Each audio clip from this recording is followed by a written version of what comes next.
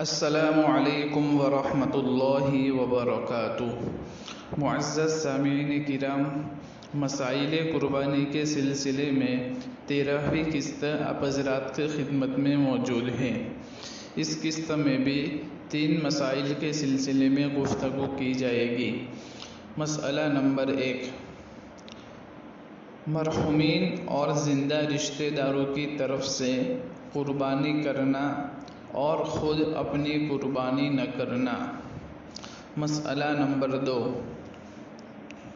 ایام قربانی سے قبل بنیت قربانی جانور خریدنے سے اس جانور کی قربانی واجب نہیں ہوتی۔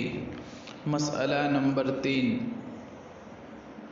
قربانی کرنے والے کا 7 حصے داروں کی نیت کرنا اور وکیل کے سامنے اظہار نہ کرنا۔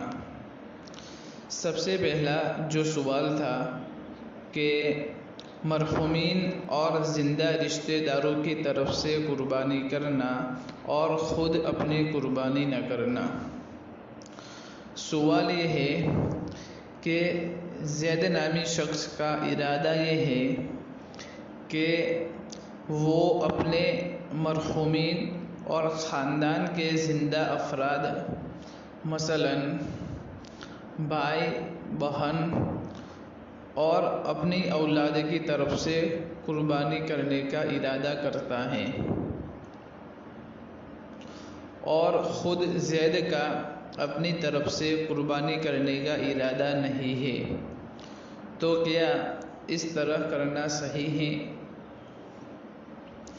تو اس کا جواب یہ ہے کہ اگر زید نامی شخص صاحب نصاب ہے تو زید کے اوپر اپنی طرف سے قربانی کرنا واجب ہے، اس لیے کہ وہ شریعت مطہرہ کی نگاہ میں صاحب نصاب ہے، اور مرحومین اور اس کے رشتہ داروں کی طرف سے قربانی کرنے سے خود زید کی اپنی واجب قربانی ادا نہ ہوگی، اس لیے کہ سب سے پہلے اپنے اوپر یعنی زید کے اوپر جو شریعت مطہرہ نے حکم عائد کیا ہے اس کا مکمل کرنا ضروری ہے۔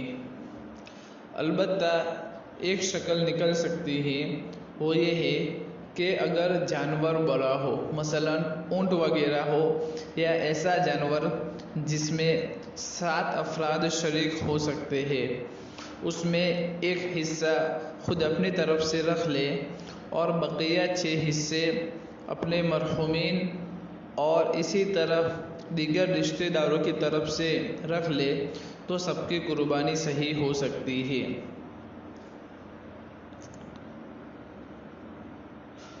اور اسی طرح اگر زید ان رشتہ داروں کی طرف سے قربانی کرنا چاہتا ہے جن پر مستقل قربانی واجب ہے، یعنی زید کے وہ رشتہ دار جو زندہ ہے اور اس پر بھی قربانی واجب ہے، تو زید کی قربانی کرنے سے اس کی قربانی واجب نہ ہوگی۔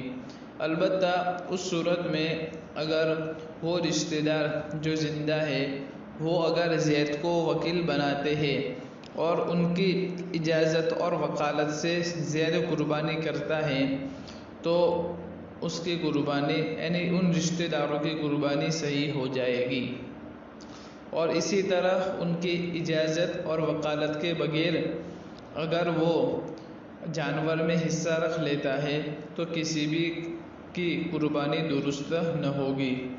اس سلسلے میں پہلی قسط میں بھی حوالہ دیا جا چکا ہے، اس کا حوالہ یہ ہے الفتاوی الہندیہ جلد نمبر 5 صفحہ نمبر 302، کتاب الاضحیہ الباب السابع فی التضحیۃ عن الغیر وفی التضحیۃ بشاۃ الغیر عن نفسہ، مکتبہ دار الفکر بیروت۔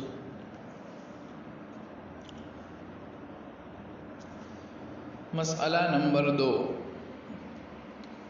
ایام قربانی سے قبل بنیت قربانی جانور خریدنے سے اس جانور کی قربانی واجب نہیں ہوتی۔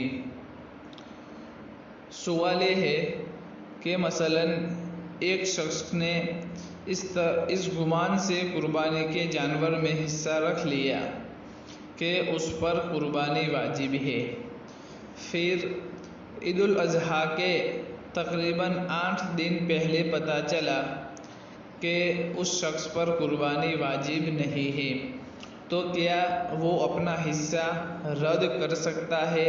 یعنی کیا وہ اپنا حصہ کینسل کر سکتا ہے؟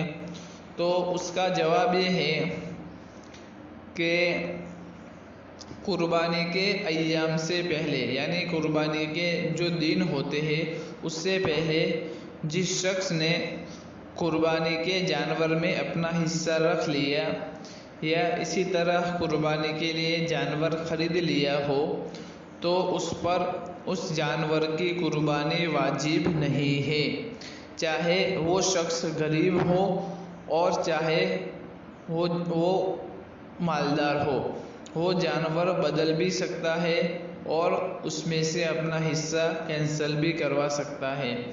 لہذا صورت مذکورہ میں قربانی کا حصہ کینسل ہو سکتا ہے، کیونکہ ابھی عید الاضحیٰ آنے میں تقریباً 8 دن باقی ہے۔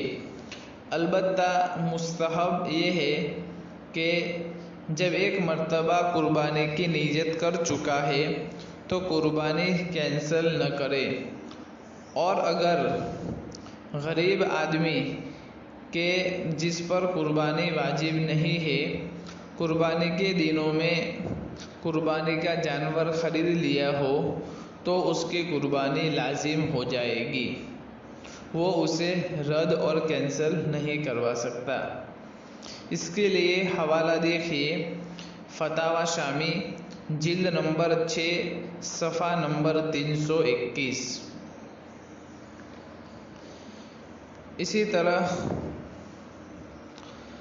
حضرت مفتی محمود حسن گنگوہی رحمۃ اللہ علیہ کے جو فتاوی کا مجموعہ ہے جس کا نام فتاوی محمودیہ ہے، اس کا ایک سوال اور ایک جواب آپ کے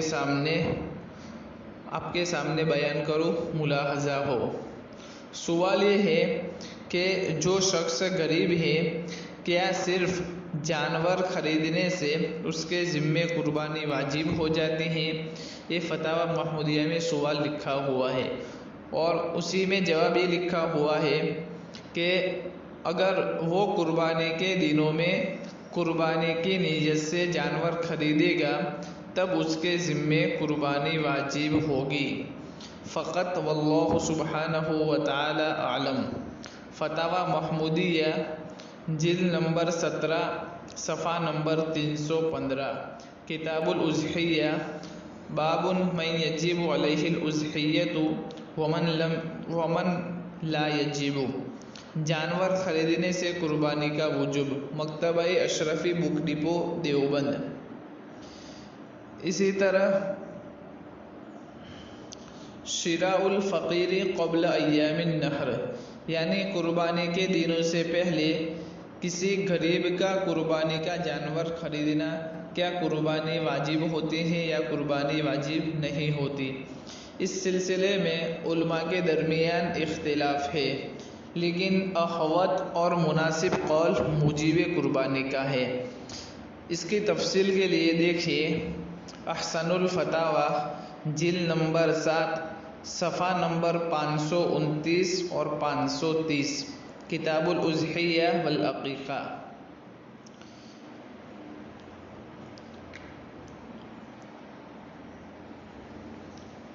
اسی طرح سوال نمبر 3، قربانی کرنے والے کا 7 حصے داروں کی نیت کرنا اور وکیل کے سامنے اس کا اظہار نہ کرنا۔ مثلاً کوئی شخص ہے، یعنی سمجھ لو کہ بکر نامی کوئی شخص ہے، وہ آؤٹ آف کنٹری رہ رہا ہے، یعنی لندن وغیرہ میں اس کی رہائش ہے اور انڈیا میں رہنے والے اس کے متعلق رشتہ دار انڈیا میں رہتے ہیں، مثلاً اس کے بھائی وغیرہ انڈیا میں رہتے ہیں۔ تو بکر نے اپنے بھائی کو کہا کہ ایک بڑا جانور خرید کر قربانی کر دینا، اور کس کے کتنے حصے ہیں اس کی نیت خود بکر لندن میں رہ کے کر رہا ہے اور اپنے بھائی کے سامنے انڈیا میں اس کا اظہار نہیں کرتا، تو کیا اس صورت میں قربانی صحیح ہوگی یا نہیں ہوگی؟ تو اس کا جواب یہ ہے کہ انڈیا میں رہنے والا اس کا خود کا بھائی اس قربانی کا وکیل ہوگا، اور موکل نے اس جانور میں کتنے حصے ہیں اس کی نیت کر لی ہے، یعنی انڈیا میں رہنے والا بھائی وکیل ہے اور لندن میں رہنے والا بھائی اس نے اس جانور میں جتنے حصے ہیں اس کی نیت کر لی ہے، لہٰذا قربانی ہو جائے گی۔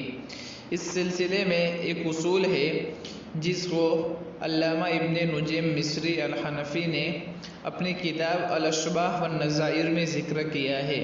وہ اصول یہ ہے وَأَمَّا الضَّحَايَا فَلَا بُدَّ فِيهَا مِنَ النِّيَّةِ، صفحہ نمبر 89۔ الفن الاول فی القواعد الکلیہ، القاعدۃ الاولی لا ثواب الا بالنیۃ۔ اس کتاب کی جو تعلیق کی ہے وہ دارالعلوم دیوبند کے استاد حضرت مولانا مفتی محمد یوسف تاولوی دامت برکاتہم ہیں، مکتبہ فقیہ الامت دیوبند۔ اسی طرح اس اصول کے مانند ایک عبارت جس کو البحر الرعیق میں جلد نمبر 2 صفحہ نمبر 367 پر ذکر کیا ہے، مکتبہ دارالعلوم زکریا دیوبند۔ یہ ایک اصول ہوا۔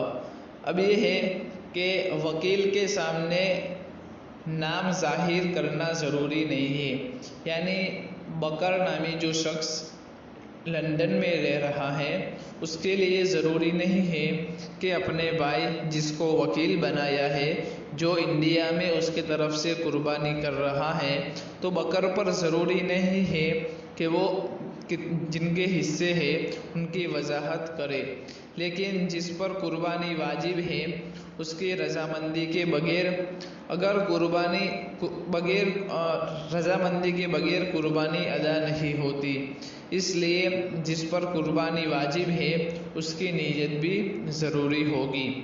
اس کے لیے حوالہ دیکھیے الفتاوی الہندیہ جلد نمبر 5 صفحہ نمبر 302، کتاب الاضحیہ الباب السابع فی التضحیۃ عن الغیر وفی التضحیۃ بشاۃ الغیر عن نفسہ، مکتبہ دار الفکر۔ فقط واللہ اعلم بالصواب۔ السلام علیکم ورحمۃ اللہ وبرکاتہ۔